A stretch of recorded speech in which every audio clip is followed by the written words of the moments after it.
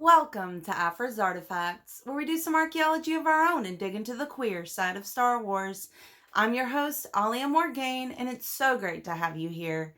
Well, today we're going to be talking about Sabé. Yes, the handmaiden of both Queen and Senator Amidala.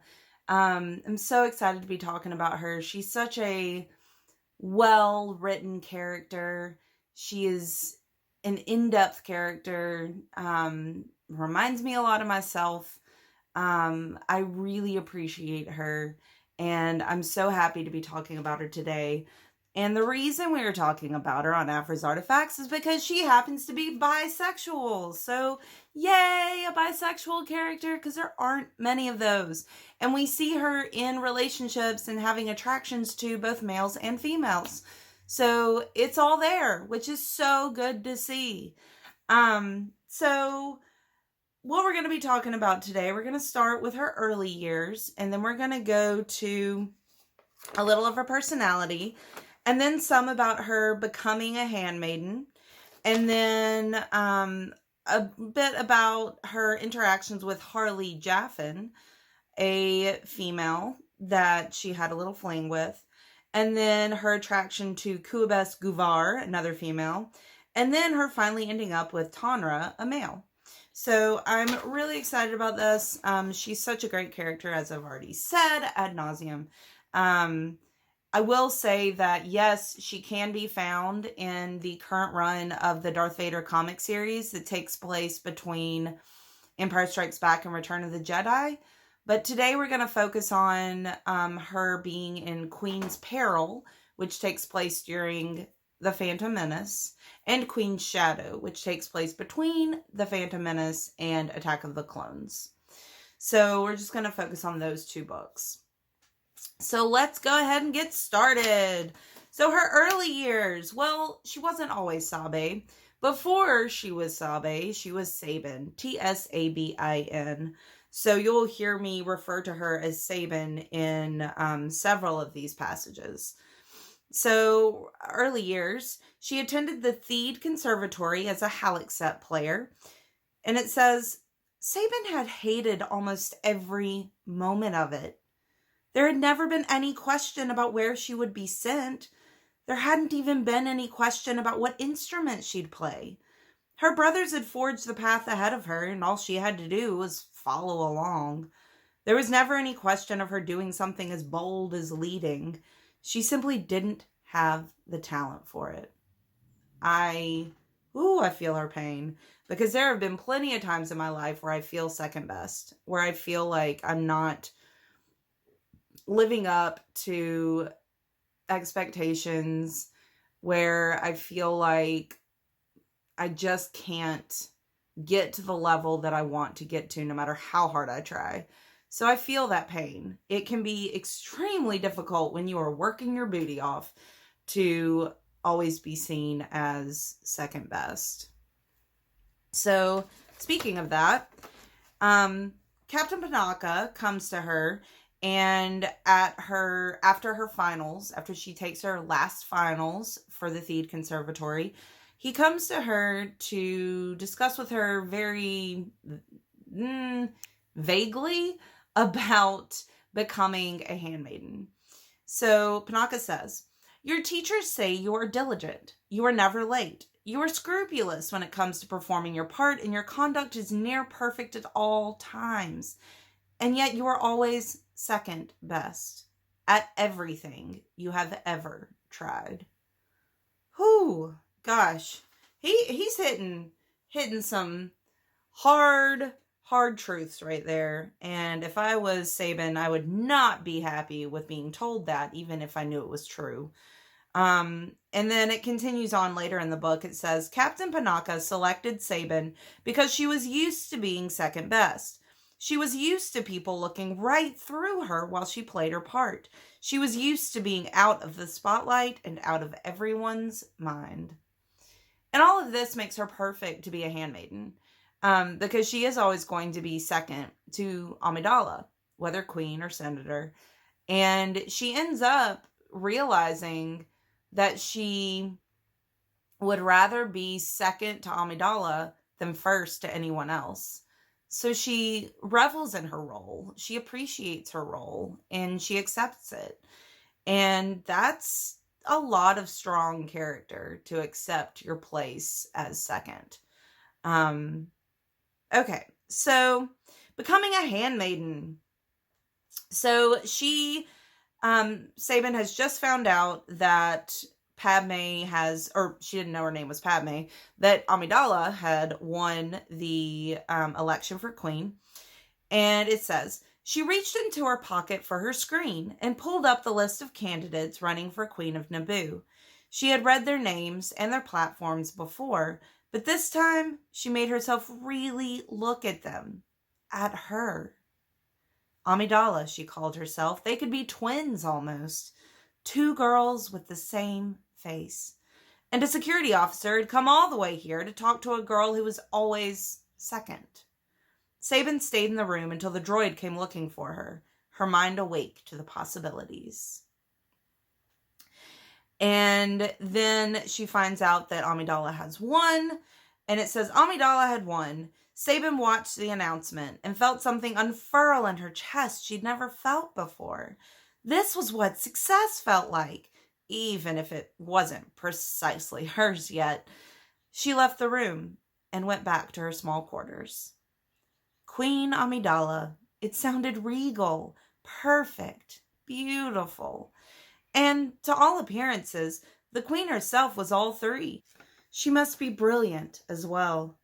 But Sabin knew that brilliance alone wasn't enough to run a planet. Charm, that elusive quality Sabin had never possessed, was part of it too. She felt an odd fluttering in her chest that something was finally going to go right for her. And then we get a little into her being a bodyguard for Amidala, although in a different sense than we are familiar with. She says, "The captain said you were looking for a bodyguard, but not the usual kind," Sabin said. "I wouldn't be defending you with a blaster. I'd be defending you with my identity."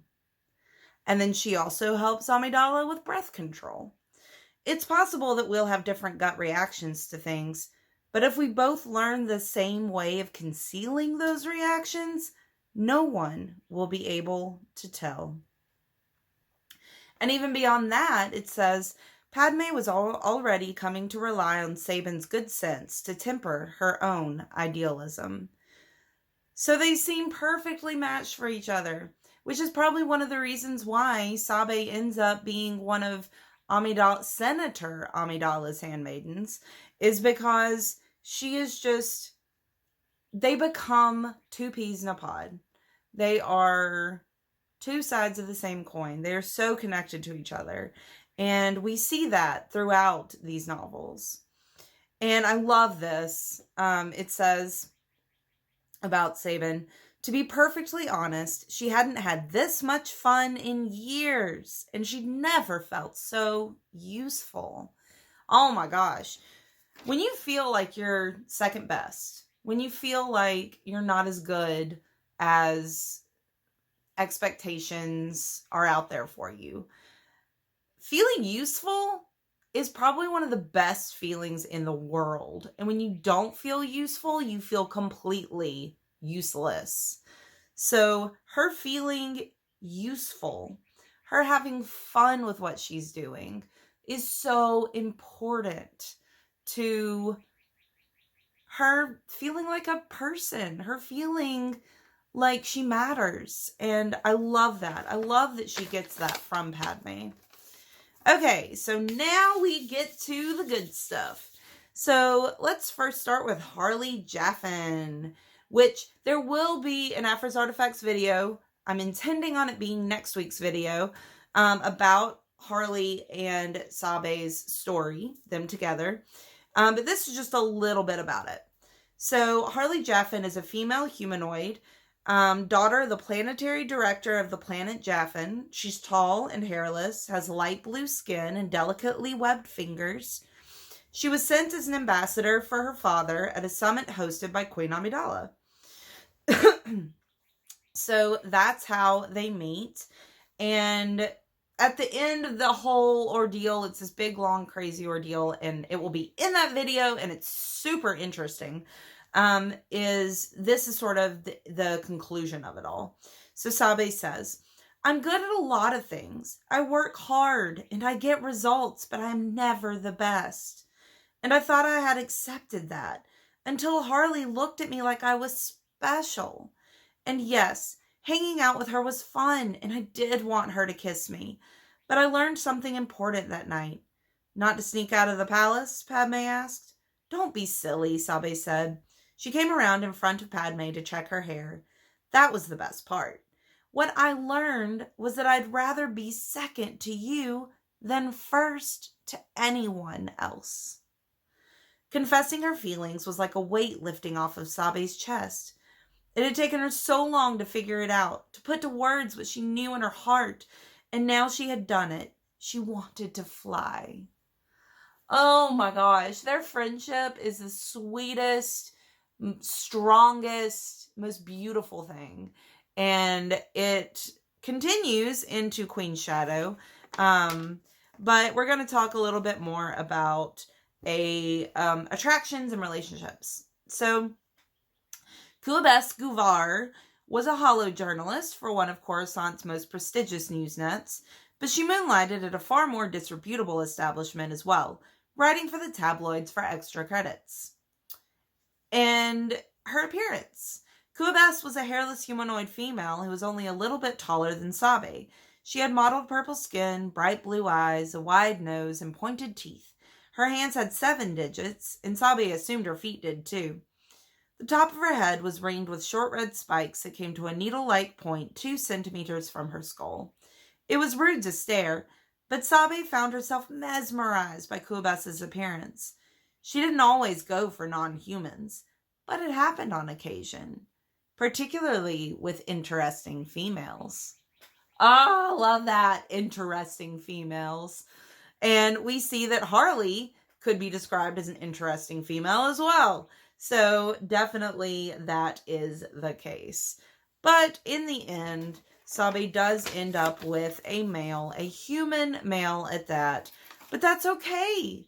Doesn't take away her queerness. Just because she's with someone of the opposite sex, she's still queer. She's still bisexual. Does not change a thing. And I think that is super, super important to remember, especially for people that are not members of the LGBTQ community, that just because someone is with someone of the opposite sex doesn't mean that they're not queer. That's just, I could stand on a mountain and shout that for days. But I appreciate the fact that she ends up with someone of the opposite sex, because it does happen and it's fine. There's nothing wrong with that. In the end, at least as far as we know, Sabé ends up with Tonra, who is a member of the Na'vi Royal Security Forces. And so at the end of Queen's Shadow, in the epilogue, this, like I said, it takes place between Phantom Menace and Attack of the Clones, but the epilogue takes place after Revenge of the Sith. So Padme is dead at this point, and Tonra and Sabé are talking about basically trying to figure out what happened. How did she end up dying? Like, what in the world is going on? The Empire, all this stuff. They're trying to figure it all out. And Tonra says, I'll come with you if you'll have me, Tonra offered. She knew the offer was genuine. They had spent more time apart than together since Brumlark, and Sabé knew Tonra hadn't spent all that time alone. She hadn't either, but they had always been on good terms, even if they had rarely been on the same planet. She knew they worked well together, and she didn't really have anyone left. She stopped pacing and stood in front of him. I would like that, she said. He heard the small crack in her voice and ignored it, placing a kiss on her forehead instead. It's so sweet. So she found someone who she worked well with. She found someone that she clicked with. And I think that that is truly wonderful, no matter the gender of the person. That's always what you want, right? You want someone who you connect with and who you can be yourself with. And she found that with Tanra. So, but she's still queer, regardless. So, I hope you enjoyed this video. I know it was a longer one, but Sabé is a very in-depth character, so there was a lot to say. And I hope you tune in next week at 6 p.m. Central on Monday for new content where I will hopefully be talking about Harley Jaffin and Sabé. And remember to like the video, subscribe to the channel, follow me on Twitter at Alia Morgaine, and peruse my blog at thestarsreview.blogspot.com. May the Force be with you.